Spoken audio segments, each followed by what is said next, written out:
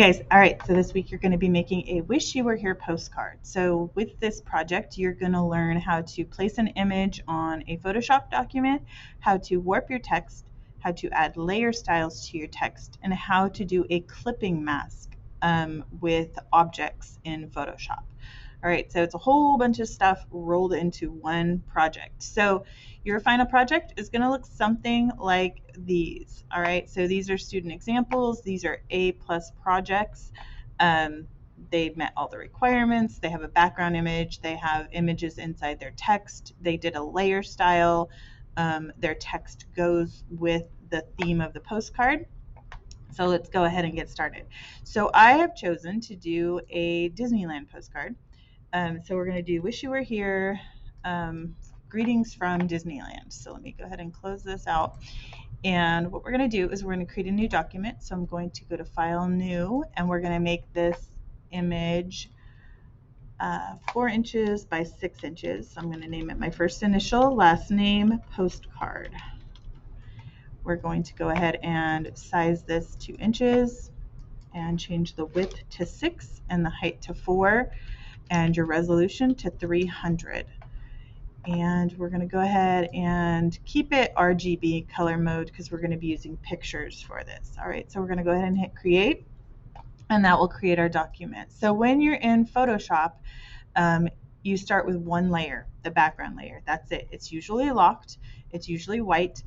You can change the color of the background at the start, but we're just going to leave it white for now. Okay, so what I have done, the first thing that you have to do is go online, figure out where you're going to do your postcard on. It can be any place in the world, maybe someplace you've wanted to visit, someplace that you have visited, someplace that you are looking forward to going. I chose Disneyland. I love Disneyland, so that's why. All right, so what I did is I went and I gathered a whole bunch of images from the internet. So when I picked my images, I just clicked on one, I right click, and I hit Save Image As. Okay, and what that does, I created a folder inside my Student U Drive. So I click on my name, and I went to New Folder, and I've already done this. I'm going to delete that one. I went New Folder, and I renamed it Postcard. Okay, so it's going to be named the project assignment. And in here is where I put all of my pictures that I saved. Okay, so I'm telling my computer to save it inside my Student U Drive in a postcard folder. And then I just hit save, and it's going to be located right there. Now, sometimes you might come across an image that says, this is really important to pay attention, and I'm probably not going to be able to find one right now. Sometimes you'll come across an image when you go to save the image as. Down here, it'll say web file or web something. If it says that, you're not going to be able to use that image. For example, these are GIF files, and I am not going to be able to put those GIF files inside my project. So you always want to make sure that it says JPEG image or PNG image. Okay, so those files are okay to keep. So let's see if what this one says. So this is a JPEG image, so this is okay. So I can hit save. Let's click on this one, and then I'm going to right click and hit save image as. Okay, JPEG image. All right, so I've gathered a whole bunch of images. So you want to make sure you have enough images to fill in each letter of the word that you're going to spell out.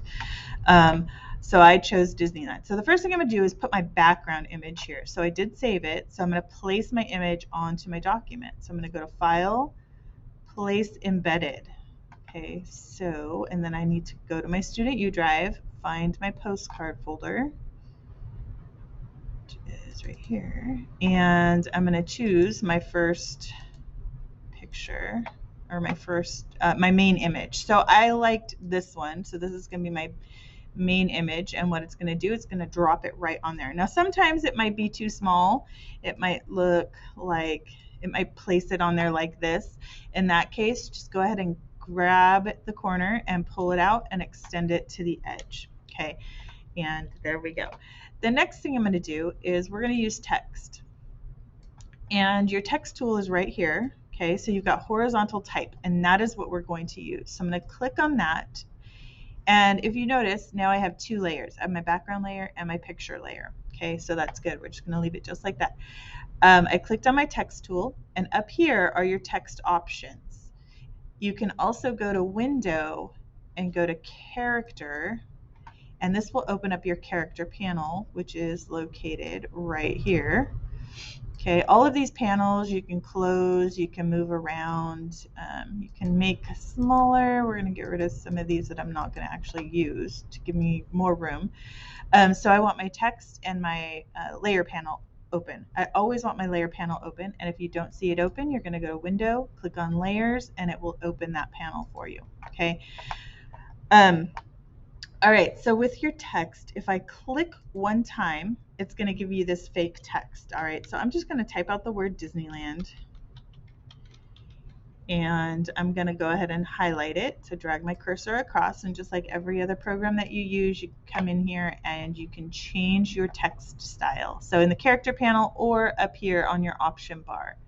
Okay, so I want something that's nice and bold, a nice bold font. So I'm going to just click on this one for time's sake, and then I'm going to increase the size. So in Photoshop, 72 points is equivalent to 1 inch. Okay, so keep that in mind when you're sizing your text for any type of project that you do. For some reason, it did not change my... Oh, I know. Okay, so this one, I'm sorry, this one is the sizing of the text. This one is your line spacing. So we're just going to keep that to default, which is 10. Okay, that's a little too big. So because my word is very long, so I'm going to go ahead and shrink it down just a little bit between. And you can also type in a number. Okay, so you can type in a number. So if you needed something to be like more than 72 points, like you wanted it to be 200 points because you were making a large poster, you can type in 200 and it would make it 200. So let me see, I think 60 is pretty good. All right, so that is a good size for this text. The next thing I'm going to do is I am going to warp my text. So to warp your text, what you do is with your text tool selected right here, you can click here and it'll bring up your color picker. Okay, so, oh, not the color picker, sorry. This one, sorry. And click on that, and this will allow you to warp your text. So you can go through, this is the arc tool. You can adjust all of these sliders and it does different things.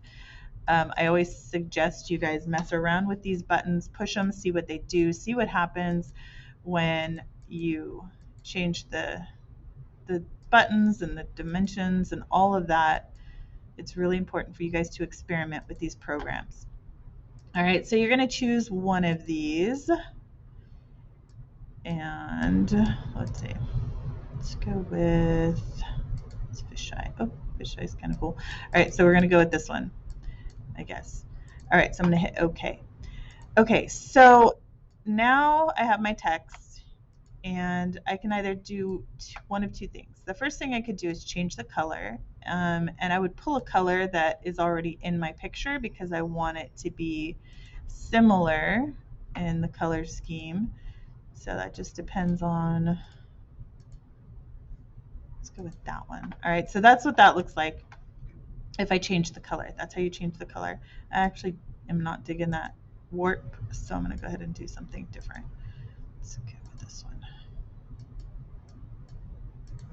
All right, that one looks good. Okay, so something else that you can do with your text is we can add an effect to it. So right here is your layer style. All right, and what layer styles allow you to do, if you click on the effects and you click blending options, it'll bring up this menu, this layer style menu, and you've got all these options in here. You can click through each one and see what each one does. Now if you click on the word, it'll open up a separate menu, and in here you can change each thing. Okay, so I highly suggest you go in here and mess around with these buttons, see what they do, see what it looks like when you change things. Okay, so that's an inside stroke or an inside, like an outline of your text, right? And you can change the color right here. So if I wanted this to be blue, and then let's change your blend mode to normal. All right, so I gave it an outline. Let's put it on let's leave it in the center. You can do inner shadow, you can do inner glow, and this is how you get like depth to your pictures or to your text. Okay, so it's kind of a cool little effect. All right, so I always suggest you guys mess around with all of these buttons and push them, see what happens. Okay, so that's one way you can add style and dimension to your text. Another way is going to be clipping masks. All right, so with this one, this takes a little bit more time. So I'm going to I have to type out each letter individually. So I'm going to hit the letter D, and then I'm going to hit the enter key on the keyboard, and that is my letter D. The next thing I'm going to do is place an image, and I'm going to put the image inside that letter. So I'm going to go to File, Place Embedded. I'm going to choose an image that I think would fit good in that picture. Let's go with this one. All right, so it's kind of big, so I'm going to go ahead and shrink it down. So I'm going to pull from the corner and just kind of place it so it's on top of my letter. And on my layer panel, you can see that the picture is here and the letter D is here. So what I want to do is right-click with my mouse on this layer, and I'm going to hit Create Clipping Mask. And what that does, it puts your picture right inside your letter. Okay, so this is a really cool effect. If you want to do it for your location, you do have to type out each letter individually, so that can be kind of a pain, but the effect looks really cool. So if I need to release my clipping mask, let me see, let me undo that.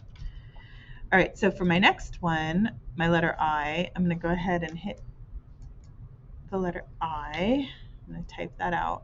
And I can move this around. If I use my move tool, I can bring it and put it right here. And then I'm going to place my next picture. So place embedded and pick another picture.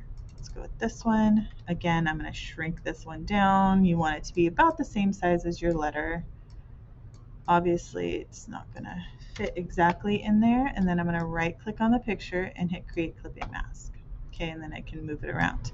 Now, once I have all of my words spelled out, I can go back in here to this letter and do a layer style if I wanted to, like I did before. So I can go to Effect, Blending Options, bring up my blend option, and then if I wanted to do like an outline, a stroke, I could do that. If I wanted to do a drop shadow, I could do a drop shadow. Remember, you have to click on the word to get the menu to come up for each option. Okay, so drop shadow.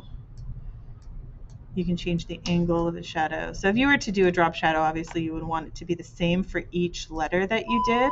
And what you can do, all you have to do you do it on one object. You right click and go copy layer style, and then you can paste it onto every other one. So I'm going to right click on this letter D and go paste layer style, and it pastes it. So I don't have to remember the settings, I just copy it. So I right click, hit copy layer style, and then I click on the letter D, I right click again and hit paste layer style. Okay, so I would continue on with every other letter and place them how I wanted them on my artboard.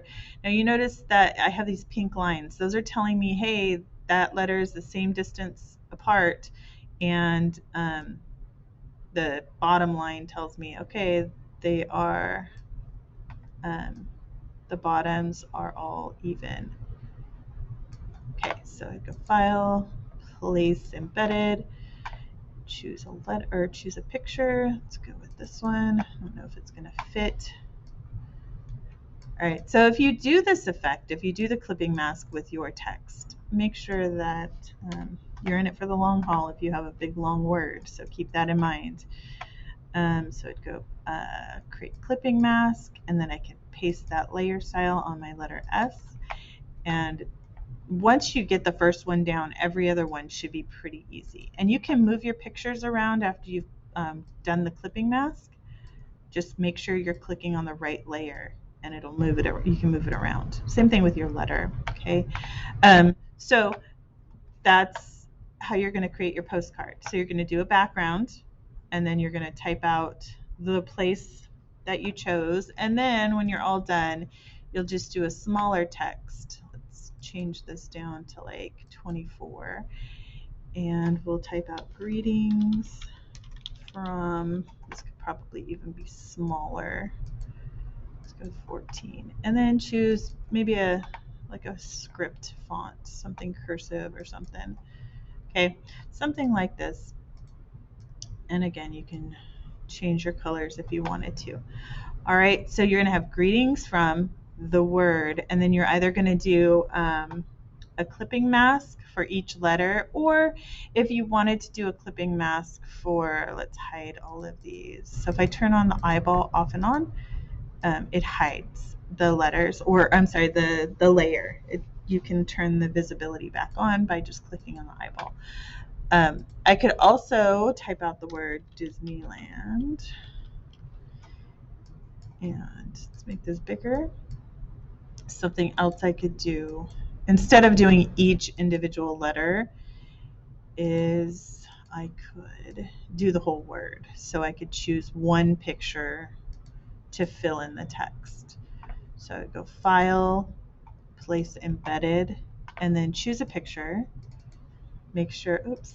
Okay, so that one is a WebP file. So that one can't be placed. All right, so that was what I was talking about. Sometimes you'll see those and they can't be placed. So just find a different picture. So place embedded. Let's go with this one. All right, so this is kind of pixelated, so I probably wouldn't use this to turn it into my actual picture, but I just want to use it for an example. So I'm going to right click on the layer and hit create clipping mask, and then I can move it around. Okay, and then I can go in here. Yeah, see, that picture is really pixelated and it's really hard to tell what it is, so I definitely would not use that one. So let me grab another one. Let's go with this one. So that's a little bit better. So I want to make sure that it fits across my entire word. Right click on the layer, hit create clipping mask, and then I can move it around. And then I can come back on to the text and create a new layer style. So let's go here, blending options. Let's give it an outline, and let's see, an inner shadow, and then maybe glow on the outside, outer glow maybe. Let's change this to white, and then kind of, oops, hit OK. Oh my gosh. Hit OK, and then I kind of have a glow around the outside, and you can increase the noise. I don't know if you can see that very well, but increase the spread or the size of it, and then hit OK. And then I can also come back in here and do the warp text. So you can't do warp text on, if it were individual letters, you couldn't do the warp text because they would be all separate. So it wouldn't quite work, right? But because I have a clipping mask, you can see that it's moving it around the picture and it's still there. Now I may come down too far and the picture would disappear, so I would just move the picture wherever I needed it to be. Okay, so those are your options. So you can either do just the layer style with the warp, okay? You can do individual letters and put pictures in each individual letter. Obviously, that's going to take some time.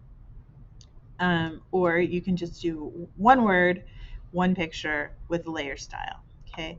The last thing I want to show you is putting a texture onto your main background image. So I'm going to click on my background image, and then I'm going to come up here to filter, and I'm going to go to filter gallery, and I have some options in here. It's going to load this panel, so it looks like this, and I can zoom in and out down here. Okay, so you can kind of see my background here. So there's all kinds of folders in here. You can click through each one. Again, you can adjust these sliders. I want you to experiment with these and get a feel for what they do. It's really important that you guys learn what these things do. So you want it to look kind of like a postcard. So it's all about your preference. Okay, there really is no right or wrong way to do this assignment. I just want you guys to learn how to use these tools. I personally like the underpainting look because it looks like a textured canvas. So I'm just going to go ahead and decrease this just a little bit, go to texture coverage. And I want to kind of be able to see everything underneath still. So let's see. But I still want it to have that textured look.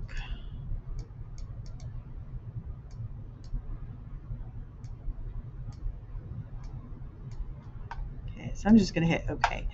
Of course, I could spend a ton of time on this, take forever, but for this purpose, I'm just going to go ahead and do this.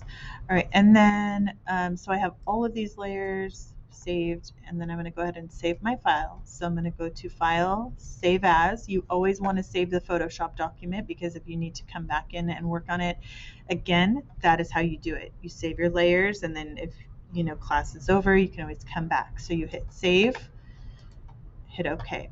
So if the bell is getting ready to ring and you're not done, go to File, Save As, make sure it's a Photoshop document. So your file type says Photoshop, PSD, hit Save, and it'll save your layered file so you can come back in and work on it.